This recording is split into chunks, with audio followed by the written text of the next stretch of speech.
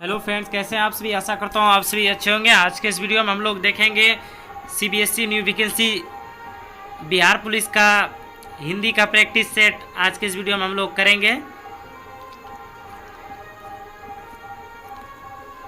अगर आप भी इस बार बिहार पुलिस कांस्टेबल नई बहाली की तैयारी कर रहे हैं तो इस वीडियो को ज़रूर देखें, शुरू से लास्ट तक बने रहें।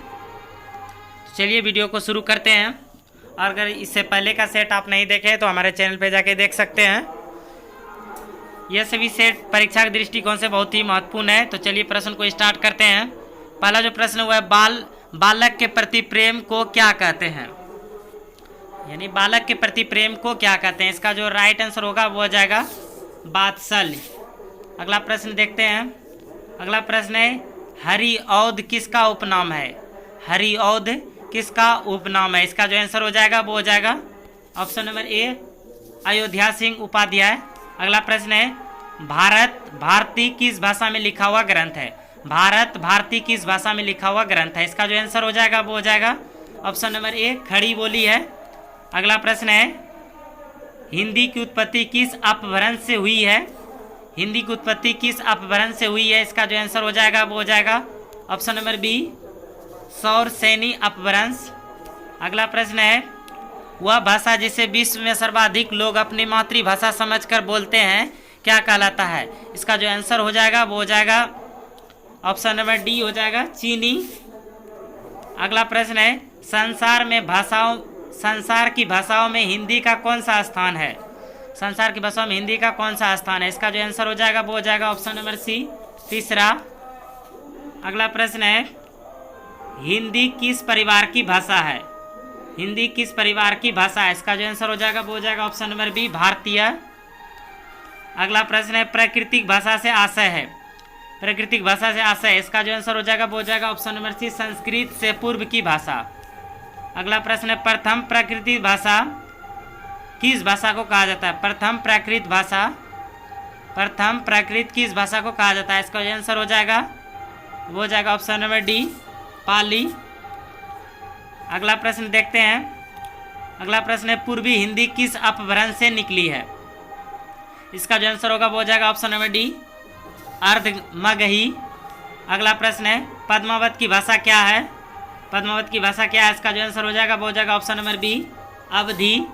अगला प्रश्न है, विनय पत्रिका की भाषा क्या है। विनय पत्रिका की भाषा क्या है। इसका जो आंसर हो जाएगा वो हो जाएगा ऑप्शन नंबर सी, ब्रज भाषा है। अगला प्रश्न है, बिहारी बंगाली उड़िया और असमिया भाषा का विकास निम्नलिखित में से किससे हुआ। इसका जो आंसर हो जाएगा वो हो जाएगा ऑप्शन नंबर सी, मागधी। अगला प्रश्न है, ब्रज भाषा का विकास किससे हुआ है। ब्रज भाषा का विकास किससे हुआ है। इसका जो आंसर होगा वो हो जाएगा ऑप्शन नंबर सी, सौरसेनी। अगला प्रश्न है, किसके शासनकाल में ब्रज भाषा की विशेषता उन्नति हुई। किसके शासनकाल में ब्रज भाषा की विशेष उन्नति हुई। इसके जो आंसर हो जाएंगे वो हो जाएगा ऑप्शन नंबर ए, अकबर। अगला प्रश्न है, रसराज किस रस को कहा गया है।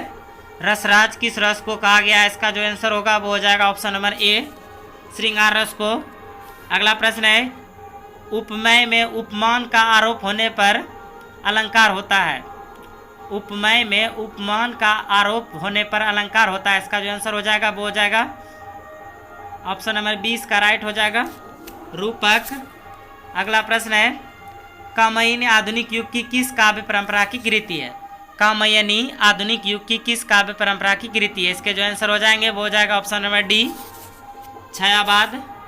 अगला प्रश्न है, अवधी बोली का निम्नलिखित में से किससे संबंध है। अवधी बोली का निम्नलिखित में से किससे संबंध है। इसका जो राइट आंसर होगा वो हो जाएगा ऑप्शन नंबर बी, पूर्वी हिंदी। अगला प्रश्न है, प्रेमचंद्र का कौन सा उपन्यास कृषक जीवन का महाकाव्य कहा जाता है। प्रेमचंद्र का कौन सा उपन्यास कृषक जीवन का महाकाव्य कहा जाता है। इसका जो आंसर हो जाएगा वो हो जाएगा ऑप्शन नंबर सी, गोदाम। अगला प्रश्न है, हिंदी साहित्य के इतिहास में गद्य काल किस युग को कहा गया है। हिंदी साहित्य के इतिहास में गद्य काल किस युग को कहा गया है। इसका जो आंसर हो जाएगा दोस्तों वो हो जाएगा ऑप्शन नंबर बी, आधुनिक काल को। अगला प्रश्न है दोस्तों, अगला प्रश्न है, वीर रस का स्थायी भाव कौन सा है। वीर रस का स्थायी भाव कौन सा है? इसका जो राइट आंसर हो जाएगा वो हो जाएगा ऑप्शन नंबर ए, इसका राइट हो जाएगा उत्साह। अगला प्रश्न देखते हैं। अगला प्रश्न है पूस की रात कहानी किसकी लिखी है? पूस की रात कहानी किसकी लिखी है? इसका जो राइट आंसर हो जाएगा वो हो जाएगा option number D, Munshi Premchandra. अगला प्रश्न है रामचरितमानस की भाषा क्या है? रामचरितमानस की भाषा क्या है? इसका जो आंसर हो जाएगा वो हो जाएगा ऑप्शन नंबर बी, अवधी है।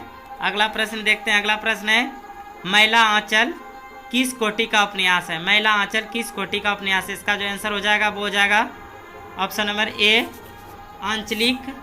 अगला प्रश्न है संकेत किसकी रचना है? संकेत किसकी रचना है? इसका जो आंसर हो जाएगा वो हो जाएगा ऑप्शन नंबर 20 का राइट हो जाएगा मैथिली शरण गुप्त। अगला प्रश्न है निम्नलिखित में से कौन अयोध्या से उपाध्याय की रचना है?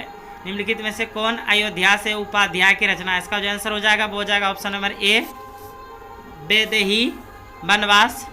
अगला प्रश्न है निम्नलिखित में से कौन कृष्ण भक्त काव्य के कवि हैं? निम्नलिखित में से कौन कृष्ण भक्त काव्य के कवि हैं? इसके जो आंसर हो जाएंगे वो हो जाएगा हमारा ऑप्शन नंबर सी, इसका राइट हो जाएगा नंददास।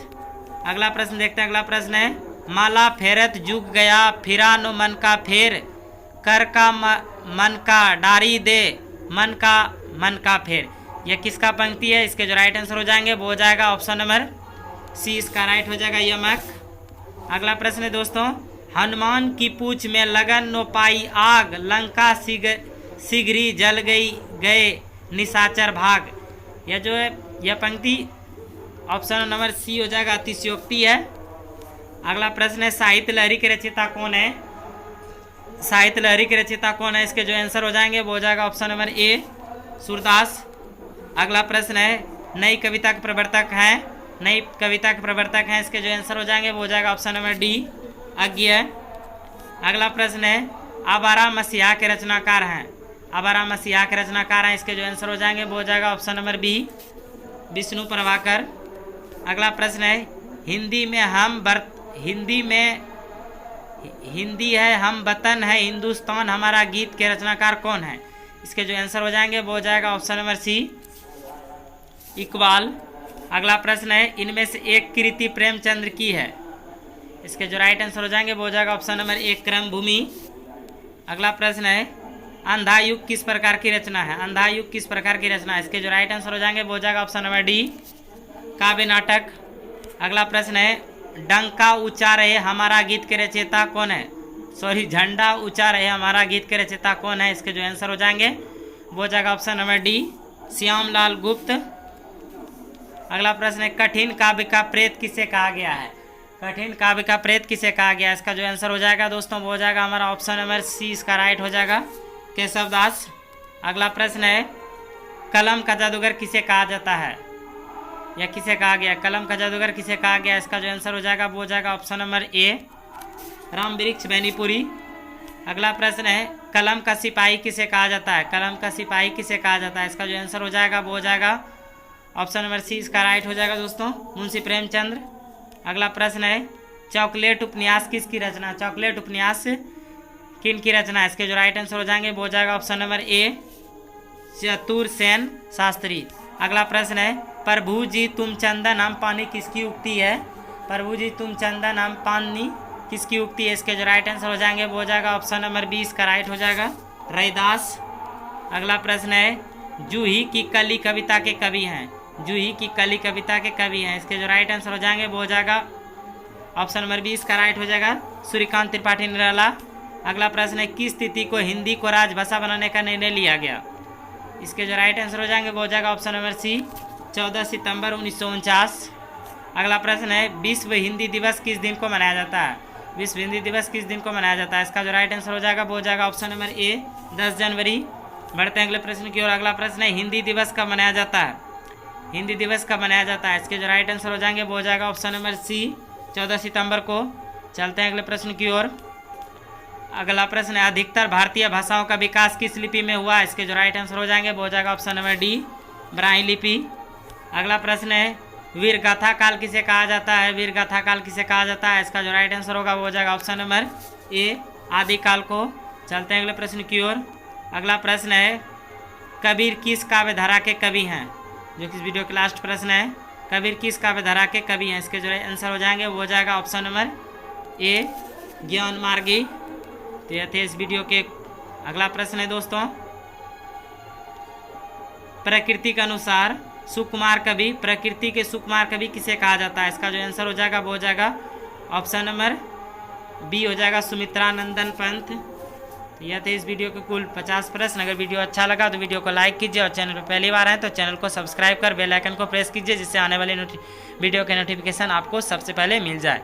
तो मिलते हैं इसी तरह के अगले वीडियो में, तब तक के लिए जय हिंद।